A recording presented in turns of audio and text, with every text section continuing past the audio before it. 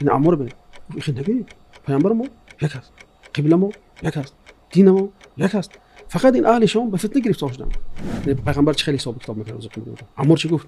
عایشه زوجه پیغمبرمون هم در دنیا و هم در آخرت است. بسم الله و صلوات و سلام علی رسول الله.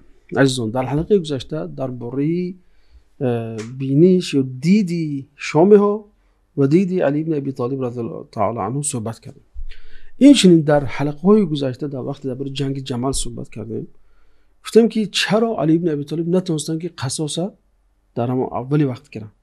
چون که اول اینکه قاتل در لشکر حضرت علی آمیخته شده بودن، در داخل لشکر درون بودن. یادتون باشه گفتم من وقت نماینده هاشون از پیش معاویه بازگشت گفتن که پیش لشکر کی برآمده، گفتن کی عثمان کشت؟ نزدیک به 10,000 برآمده گفتن که ما کشتیم عثمان. خب یعنی که خیلی عددی نظر راست بودن.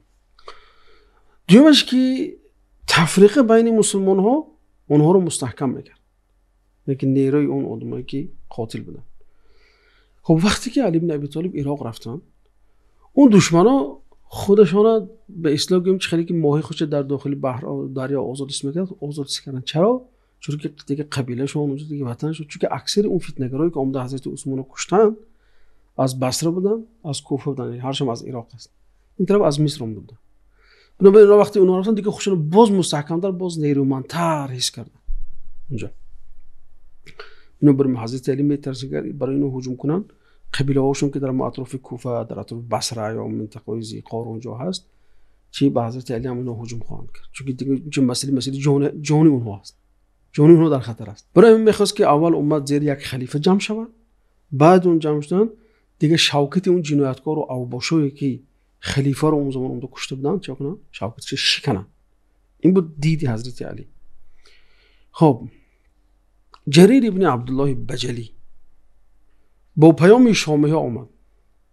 خب پیام شامی ها رو همین جریر ابن عبدالله بجلی به حضرت علی آورده، گفت که میگن که یا قاتل ها رو میسپری یا خودت قصاص میگیری و ایلا بیعت نیست. باز دقت کنید، اونا آماده هم بیعت کنن، لیکن فقط یک شرط دارن. شرط چی است؟ قصاص گیری از همین قاتل حضرت عثمان. اونا نمیگن که تو حق نداری خلیفه باشی، باز تاکید میکنم. خب دیگر حضرت علی لشکرشون مجبور چی به طرف شام حرکت کرد. وقتی که به طرف شام حرکت کردن، یه لشکری خیلی گفتیم کلام بود، تقریبا 50,000 نفر. اما اون روایتی که 100,000 و 90,000 بودن قدر روایتی معتمد نیستن. از معاویه باشه چی گفتیم 60,000 بود. ابوالعالیه ریاحی یکی از تابعینای بزرگ که همین لشکر به چشم خودش دیده است، برای ما وصف میکنه.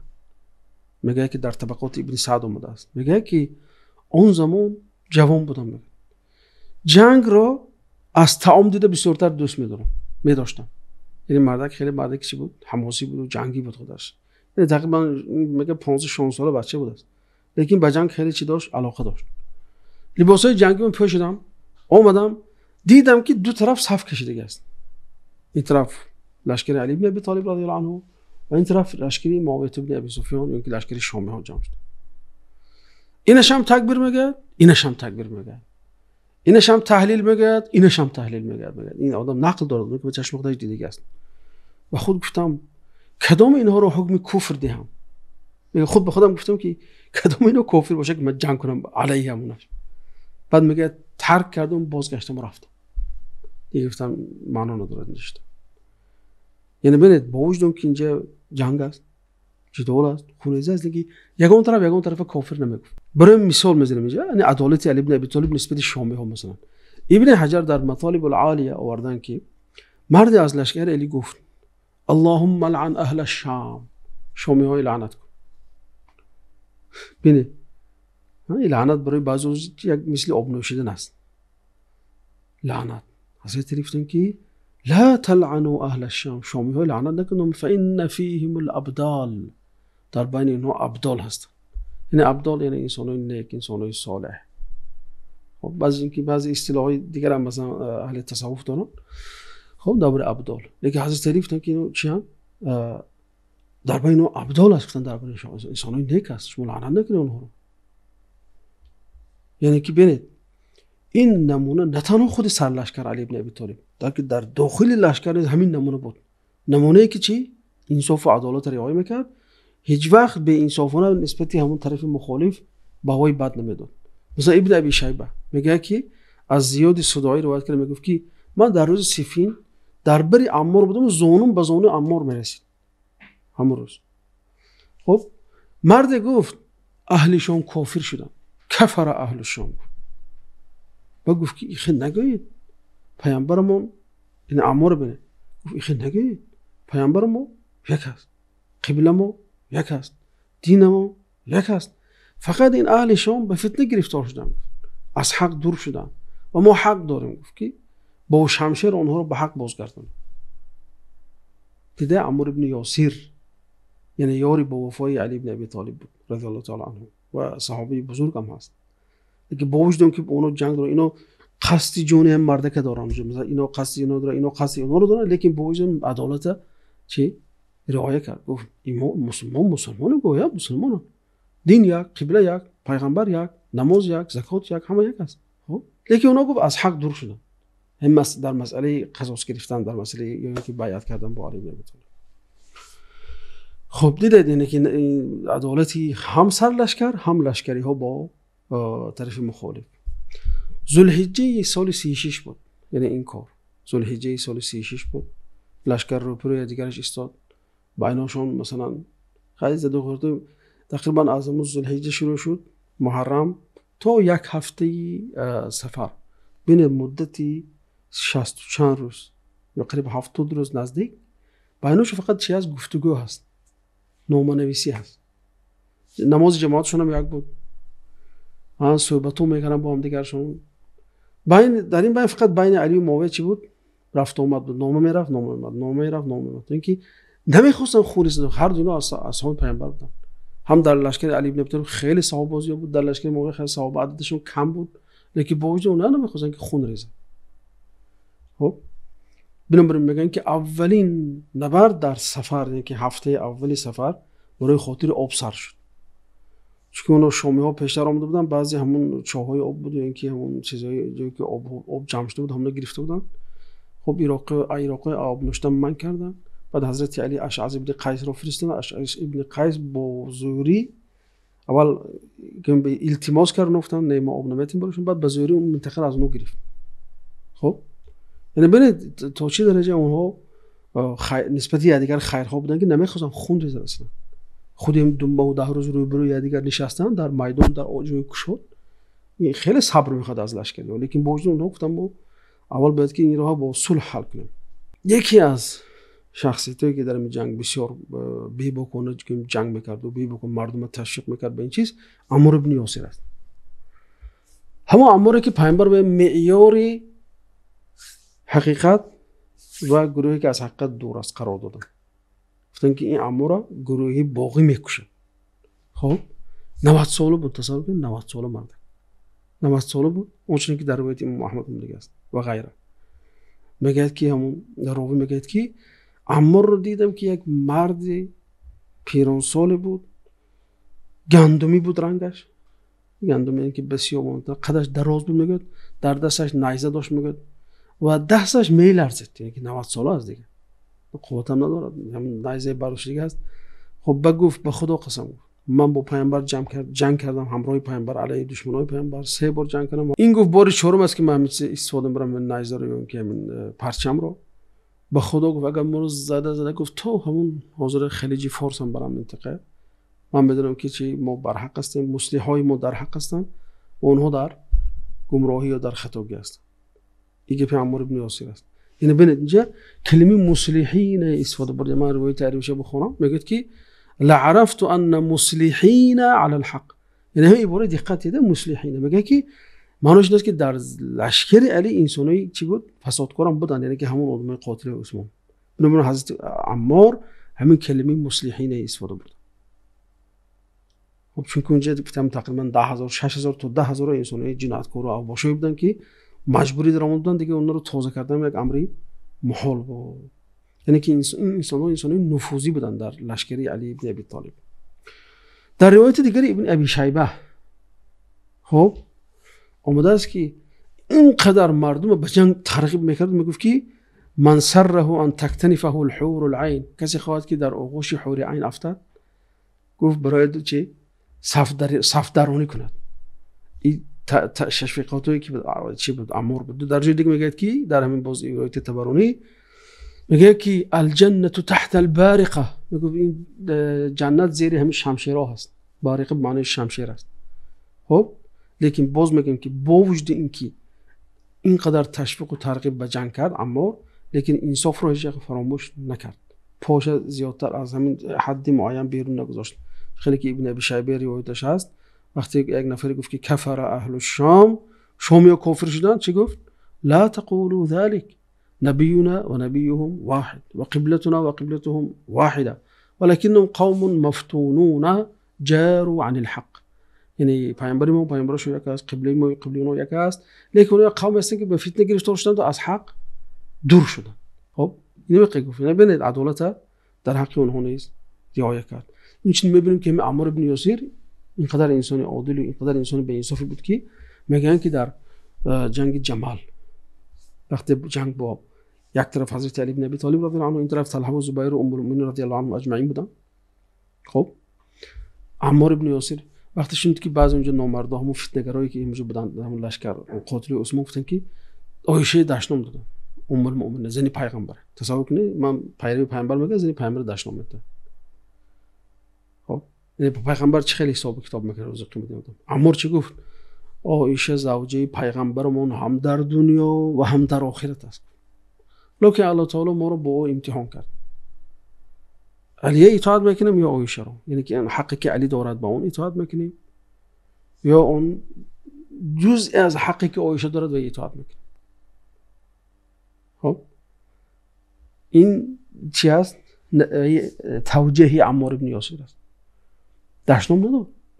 من برای چطور اینقدر هم رزم و هم چیز هم سنگر از دست دادم دشنام نداد. گفت این پیغمبر اویلش است، این زنی پیغمبر است در دنیا و هم در آخرت. من اعتقاد من گفتم.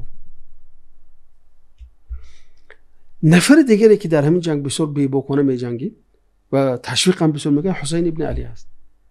پسر علی حسینش، حسن نه حسین. روایت تبرانی میگه که خیلی پیش حضرت علی همون سرلشکر رو نشسته بودند و اونجا شاید نقشه میکشتن و اینجا یک همون جمله چه میاره، اینجا میگه که و اما انا و حسین فانا منکم و انتم منا، و اما من و حسین ما از شما هستیم و شما از ما هستیم. و حسین یعنی چه خیلی گفتیم خیلی چی بود؟ خیلی بی‌باکانه جنگ کرد مثل عمار. یعنی از این کردار حسین علی خوشش آمد، در حالی که امام حسن زیدی این جنگا بوده. امام حسن تا علی رضی الله عنه رو گفتن که نبرو اصلا از مدینه، همینجا ایست، اینجا رفتی تو گفت شاید درم یک گفت دشت و درم میگم که شد دله‌های بی صاحب گفت شاید میره میگفت اینجا چیکار میکنی؟ رفته زیدیت میکرد، چی در جنگ جمل چی در جنگ صفین. اصلا از خروج حضرت علی از مدینه ناراحت بودن. نمره اینجا حضرت علی رضی الله عنه حسین رو تاکید کردشون به همین معنی است. خب روز اولی جنگ سر شد که اولی جنگ خیلی جنگی دو طرفه بی‌باکانه شد، زن و زنی یعنی که به هم دیگر زدن تا آفتاب نشستن. دوم روز این روز اول بدتر شد، قتل و کشتار بسیارتر شد. لیکن قریب بود که عراقی ها چی میشدن؟ مغلوب میشدن. یعنی اهل شام اینجا دیگر پیشروی داشتن. بعد میگن که عمار این رو دید، چخیلی در مسند احمد هم دست هم عماری که مردم تشویق میکرد. گفت ما چخیلی گفتم روایتی بالا، مرد پیر بود، قد بلند بود، آدمی گندم رنگی بود، پرچم دیگه برداشت، عراقی رو دیگه چه کرد؟ نشید میکرد و همونجا میگن که عمار شیر می‌نوشد. و پیامبر هم بین چخیلی به دقت واسه کردن که آخرون چه که این بچه سمیه میخواد گفتن شیر است. پیش از مردنش شیر میخواد میبرد در جنگ شهید میشه. وقتی که این عراقی میبینن تمام معنویاتشون بالا میره، چون که باینشون نشر میشد که هی پیامبر گفتن کسی عمار رو میکشد اون گروه خطاکاران دو باقی است. معنویات عراقی بالا رفت، معنویات شامی ها پایین رفت. وقتی که این حدیث اینه که بین اونها آواز شد. خب یعنی به این درجه، یعنی که اونها اعتقادشون به حدیث پیامبر اینقدر به اینقدر صداقت و صادقی پیامبر باور داشتن که وقتی که عمار کشته شد، عراقی‌ها که نزدیک به هزیمت بودن، نزدیک به مغلوبی بودن، نشید شدن، معنویاتشون بالا رفت، دیگه هجوم شروع کرد. اما شامی‌ها برعکس، چون که اونا همه خیلی وقت مؤمن بودن که سخن پیامبر رو باور داشتن، بنابراین میگفتن که من چه میبرم با اینا جنگ میکنم، در حالی که پیامبر گفتن که این گروه باقی میکنه، ما گروه باقی بودیم که از گروهی ما برآمد یک نفر عمو را کشت. خب هیچ کی نمیخواست که این گروه باقی باشد اینجا، نه این طرف نه اون طرف. خیلی گفتم باز ما حدیث تکرار میکنیم، پیامبر میگه لا تقوم الساعة حتى تقتتل فئتين عظيمتين من المسلمين دعواهما واحدة. دو گروه بزرگ پیش از قیامت با هم جنگ میکنن، دعواشون یک است. چون دعوای طلحه و زبیر هم مثلا قصاص از کی بود؟ قاتل عثمان. دعوای علی هم قصاص از اینا بود. دعوای معاویه هم قصاص از قاتل و اینا بود. خب یعنی که این دعوا مثلا اینجا هم تو از روی اعتقاد بود این چیز، نه اینکه برای فریب و مخالفت و منصب تلاشی باشد. این دعوای هم خونی عثمان را قصاص گرفتن از اعتقاد میفتن. یعنی این چیز یک چی است، حکم شرعی است که وقتی یک از عکس کوش باید که چی از روی قصاص گرفته شد موافق شریعت. بگذاریم به این حدیثی که روایت میکنن درباره عمار ابن یاسر که پیامبر گفتن، در حدیث در بخاری هم هست ویح عمار تقتله الفئة الباغیه. وای بر این عمار که عمار گروهی باغی میکشد، همون گروهی که خطاکار است، گروهی که علیه خلیفه شرعی برآمده است. یکی بینید صحابه خیلی فقیه بودند، میگه که وقتی پیامبر اینا شنیدن به عمار گفتند، عمار شنید به چی گفت؟ یقول عمار روایت بخاری اعوذ بالله من الفتن، از فتنه ها به خدا پناه طلب میکنه. یعنی جین است که عمار میگه شنید فهمید که عدسی کافر کشته نمیشود، عدسی که اون خودی کشته میشود، یک گروه خطاکاره. بنابراین چی گفت؟ اعوذ بالله من الفتن. اگر اینجا عمار گروه باقی کافر میدونه چی میگفت؟ الحمدلله من شهید میشدم در راه خدا. لیکن درک کرد که چی هست اینجا فتنه بین مسلمانان خواهد شد در آینده. بنابراین گفت که اعوذ بالله من الفتن. خب ببینید خیلی گفتیم در عراق مردم شدن، لشکر عراق، لشکر علی بن ابی طالب رضی الله عنه هم معنویاتی بالا، هجوم سخت شد. ببینیم که شامی‌ها چی شدن. میگه که امام احمد رضی الله عنه روایت میکنن که محمد ابن عمرو ابن حزم روایت کرده، میگه که وقتی عمار کشته شد عمرو ابن حزم نزد عمرو ابن عاص رفت، گفت پیامبر گفتن که عمار گروه باقی میکشد. خب یعنی ما باقی مفتاد. عمرو ابن حزم با عمرو ابن عاص، عمرو ابن عاص چونو غصه گرفت که همون استرجاع میکرد و پیش معاویه میرفت. استرجاع کردن یعنی که انا لله و انا الیه راجعون، انا لله و انا الیه، هنگام مصیبت گفته میشه. یعنی او نه برای کشته شدن عمار این جمله رو میگفت، برای خاطر که ترسی چی داشت؟ باقی بودن داشت. یه گفت رفت معاویه گفت که معاویه عمار کشته شده است.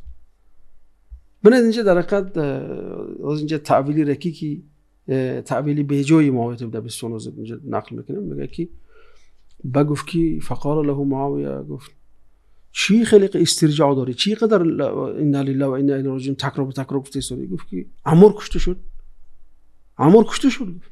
معاویه چی گفت میدونی؟ خیلی عمار کشته چی؟ بعد چی گفت؟ بعد چی شد؟ یعنی همچنین گفت اینجا هزارها آدم مردن که صدها آدم مرده ایستادن، خیلی عمار هم قطار اون مرد رفت. عمر گفت ما از پیامبر گفت خودم شنیده بودم. گفت اینجا عمر گفت سمعت رسول الله صلی الله علیه و سلم یقول تقتله الفئة الباغیه، این گروه باقی میکشه. معاویه گفت ما کشتیم؟ گفت مگر عمار اینه که ما کشتیم؟ گفت انما قتله علی و اصحابه جاءوا به، یعنی ما کشتیم نیست، ولی علی آورد، همون علی آورد، این علی با کشتن داد، یعنی که گناه اینه کشتنش به علی است. این چی هست؟ یعنی که گروه باقی اونا هستن، اونایی که آوردن همونو کشته هستن، چون به سبب همونو اینجا آمد. یعنی که یک تعویلی رکیکه کرد اینجا معاویه بن ابی سفیان. البته تعویلی غلط است. امر نیست به این تعویل قانع شد. شامی ها هم قانع شدن به همین گپ. دیگه اونجا چی میگم، وقتی جنگ دیگه همه رکاب میکنه در اون خودش ماند نیست. در یک چیز وقتی که یک چیز طلب داره و چه حقیقت میدونه، از بین گشتنش خیلی مشکل است. باز امر نه تنها به این قانع شد، باز خودش هم معولش رو تعویل یک رکیک دیگری کرد. در مسند احمد اومده است که میگه که وقتی عمار کشته شد، وقتی عمرو ابن عاص اومده گفتن، گفت که من شنیدم که پیامبر گفتن که قاتل عمار در دوزخ است. بعد به عمرو گفتن که آخی تو ای کشتگی هستی، همه اعمال رو تو کشته گفتن، مثلا گروه شما. و گفت که انما قال قاتله، پیامبر گفتن که کشندش در دوزخ است. من کشتگی نیستم که، یا معاویه کشتگی نیست، یه نفر کشت، هم کشتگی آدم در دوزخ. ما گفت من در این موضوع دخل ندارم. اینم البته چی است؟ تعویلی رکیکی است. در حالی که عبدالله ابن عمرو ابن عاص، پسر عمرو ابن عاص، پسرش نامش عبدالله بود، روایتش هم داشت که از کی وقتی که عبدالله ابن عمرو اون رو من میکرد از این چیز، عبدالله پدرش هم من میکرد. میگن که وقتی این حدیث گفته شد معاویه خیلی خشمش اومد. خیلی اینجا روایت ابن ابی شیبه است، اینجا امام احمد است، میگه که الا تغنی عنا مجنونک، این بچه دیوانه دفع کنه پیش ما، دور کن. گفت این هم خیلی گپ زده گشت بین مردم میره. بعد این در نزد خودی کی بود؟ معاویه بود. بعد گفت که فما بالکم، تو گفت چی بنامش همراه ما هستی؟ گفت ما رو باقی دونیم، ما رو غلط کرد، برای چی با ما گشتی؟ گفت اینجا معاویه عمرو پسرش گفت که قال ان ابي شکانی الى رسول الله، گفت پدرم مرا به پیامبر شکایت کرده بود زمان پیامبر زنده بودم. شاید که گفت که من اعتبار نمیاد، شاید خدمت من نازل میکنه، الله اعلم چی شده بود شکایت. و پیامبر گفتن که اطع اباک ما دام حیا ولا تعصیه، پدرت تا مرده نشه اطاعت کنو، سرکشی نکن. من برای خاطر این با شما هستم. گفت نه اینکه من با شما جنگ میکنم. اینجا ببینید بعضی صحابه بودن همراه بودن لیکن جنگ نمیکردن، فقط برای خاطر برای خاطر پدرش شده اینجا اومده است که پیامبر همون وسیله پیامبر است. پیامبر گفتن که تو پدرت اطاعت کن، پدرت سرکشی نکن. بعضی میاد همین حدیثا رو دستک میکنن به صحابه چی طعنه میزنن، لیکن این حدیثا رو باید که ما در برو در پرته و برابر با دیگر حدیثا باید بررسی کنیم.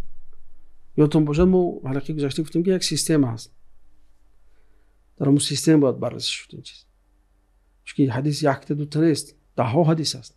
وقتی همراهی دیگر مونه با یک خلاصی زیبا اومدن ممکن است. وقتی که پارچه کردیم دیگر چی میشه؟ باید که اینجا مسلمانان باز گروه با هم دیگر دشمنی باشن.